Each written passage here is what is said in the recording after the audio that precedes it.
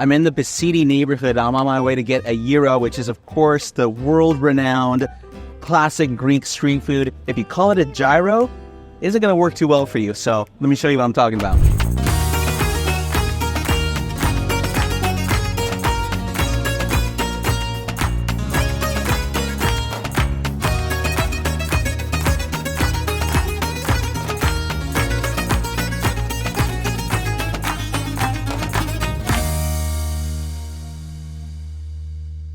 Oh yeah.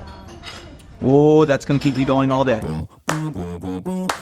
So I'm starting this morning off by going on a food tour. I'm going to do 6 stops, and it's a great way to learn about not only what to order, but a little bit more about the culture here and the history through the food. I'm pretty excited about this. Watch out, Mike. The Athens we know today is a sprawling European capital with over 3 million inhabitants nestled along the sparkling Aegean Sea. Whether you're on a day trip from a cruise or experiencing Athens before you explore the islands, food is an opportunity to dive deep into Greek culture because Greek people love to eat. In this episode, I'll recommend the top foods to try in Athens, where you should eat after seeing the Acropolis, and don't forget to stay until the very end because some of the top cocktail bars in the world are located in Athens. If you love food as much as we do, check out our food tours in Athens and our blog for details on where to eat. Before we start our day, hook me up with a like and subscribe so we can keep bringing you great content.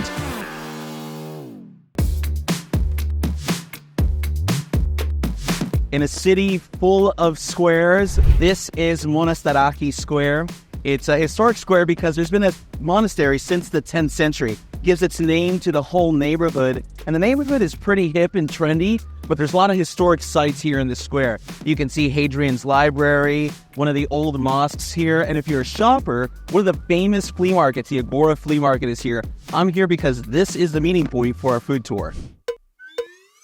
Our food tour is about to get started. We're here at the meeting point in Monastiraki Square. I met our guide, checked in, and it's going to be 6 stops of eating. I'm pretty stoked. Oh, nice and warm. You see all the beautiful sesame seed here on top. Just rip a piece off. Oh, good. Nice and warm. Soft on the inside. Sesame crunch. So good. So next stop is a pie shop, and you wouldn't necessarily associate pies with Athens or Greece, but it is very, very traditional. They are called Pita here. I'm going to go inside, choose my Pita, and have at it. What I did is I asked them inside for a little bit of a sampler just so you can get a sense of the variety of different Pita that they have. And the pieces are massive, okay? This is not even half of one pie. And they have, of course, the classic spinach pie. There is a cheese and onion pie. There is a chicken Pita. And then this one here is a little bit sweet. It's made with feta inside and it has a lot of butter in it as well. So I'm just going to go in and have at it. I mean,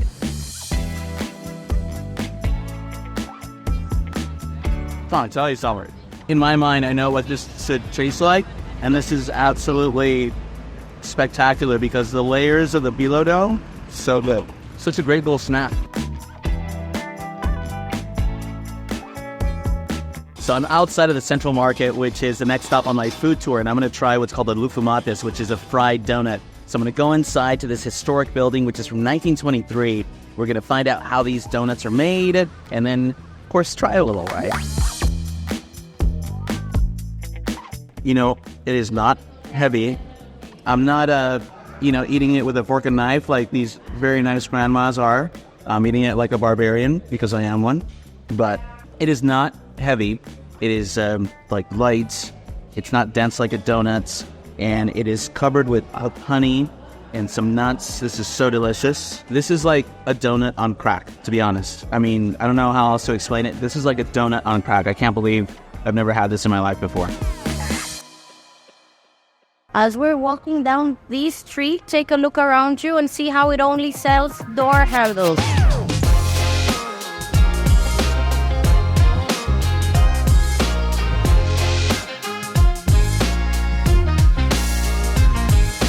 So the trick to eating this bad boy is you don't unwrap it completely. You unwrap it slightly here in the back, and you notice that it has fries. I mean, how beautiful is this? You got fries, protein, salads, it's tzatziki. It's a complete meal in a cone. Get out of here. This is so good. It's so good. This is the main entry into the central market, and you're going to see lots of different meat sellers here. A little bit of a myth that Greek people eat lamb all the time. You know, they certainly do eat it, especially at important holidays and at Easter. But throughout the street, you're going to see variation of pork, beef, chicken, and, you know, it looks different than the market at home, but I love going up to the guys, having a little bit of a chat. Where are you? Central market is divided into different sections. There's a meat market. This is a seafood market as well. You can see that there's a ton of fresh seafood.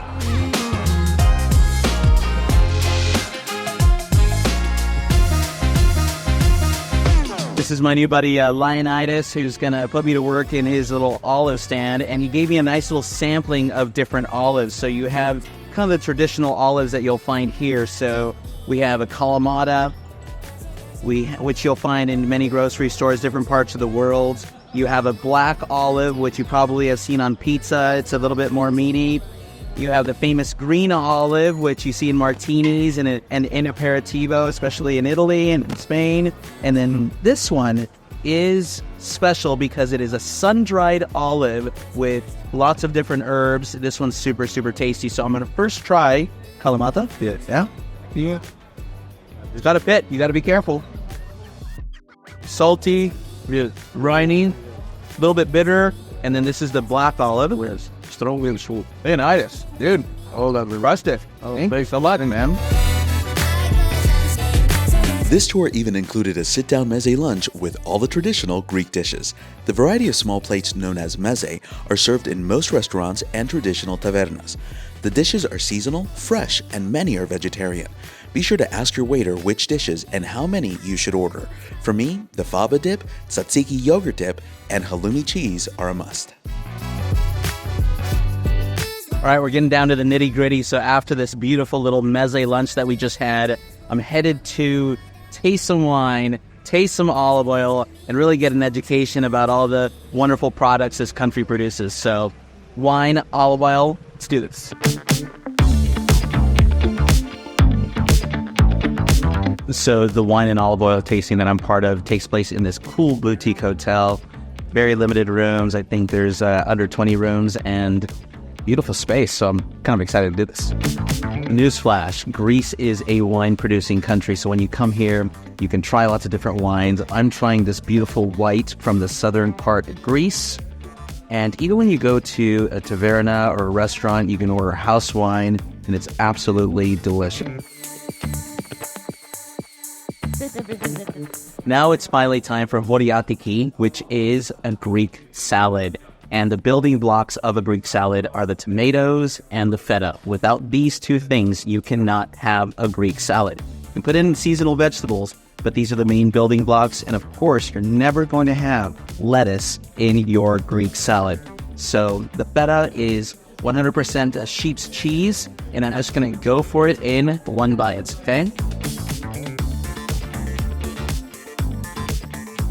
So here in Greece, you don't have to ask for Greek yogurt. You can just ask for yogurt. And the way it was served here today was with some beautiful local honey, walnuts, and I mixed it together so I don't get a mouthful of honey, but I'm going to go in for it.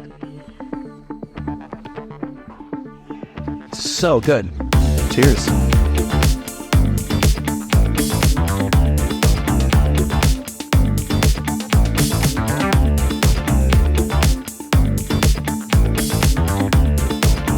It's coffee time here in Athens, and I came to a place that still makes Greek coffee in the traditional way. They actually cook it not on the stovetop, but in sand. And the coffee is made in this traditional briki, which is a little place where you put the coffee, put the hot water, they put this in sand, and then you're meant to pour it into your cup. And unlike other countries in the area, they use a medium roast. So there's the coffee sludge there, and you can have it with sugar, without sugar. You would order this as a traditional Greek coffee. It's served with Loukomades. I'm in this beautiful place called Mocha, and I'm pretty stoked to try this, actually. Cheers.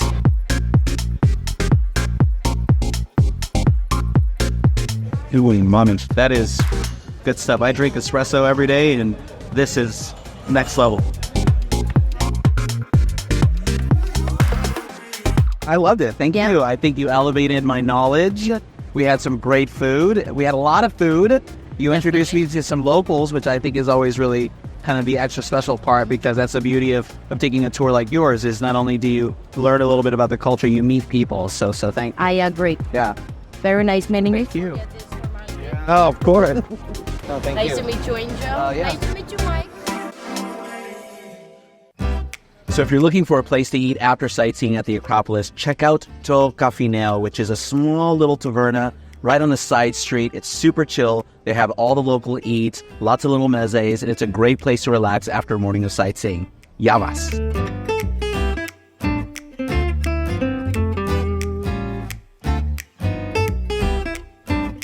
So the boys at Do Cafineo gave me a little bit of Rocky to end my meal on the house, of course, because they are so hospitable. Yamas. Gotta be careful. It's a little bit strong. Drink responsibly.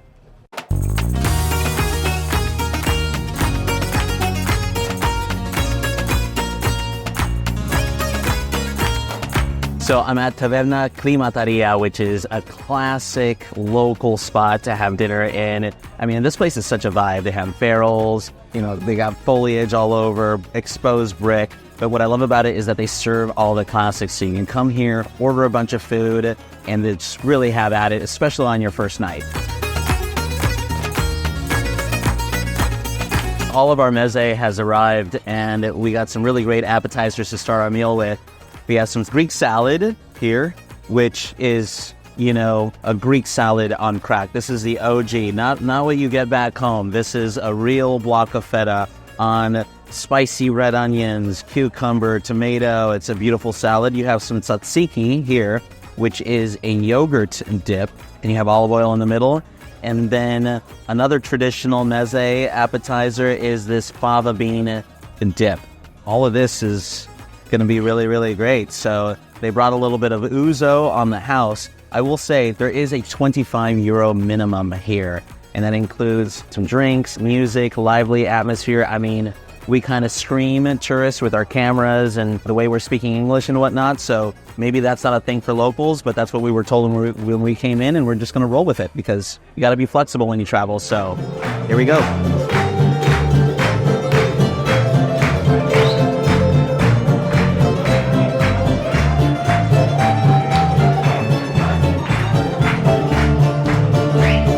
Lamb was my favorite, actually. You were absolutely correct. Absolutely correct. It's so tender. It just falls off the bone. Oh, man. Oh, look at the steam.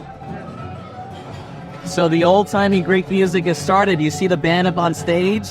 They're really rocking the house. Everyone is enjoying this. This is such a good time. You have music, amazing food, good vibes, and super friendly service. Cheers.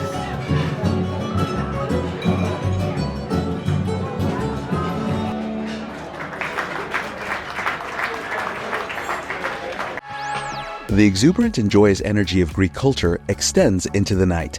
In Athens, there's no shortage of places to have a good time. 2 of the world's top 50 bars are located in Athens. The Clumsies is a spot I could easily come back to every night. The expert bartenders serve world-class cocktails with the panache of warm Greek hospitality. Depending on the time of day, you can easily find yourself sipping your delicious creation in a cozy pre-dinner atmosphere or in a full-blown party at night. Baba O Rum spills out onto a quiet little square, and the stylish bar doesn't disappoint. Primarily a rum specialty bar, Baba doesn't scrimp on the stuff either, boasting 400 rum labels.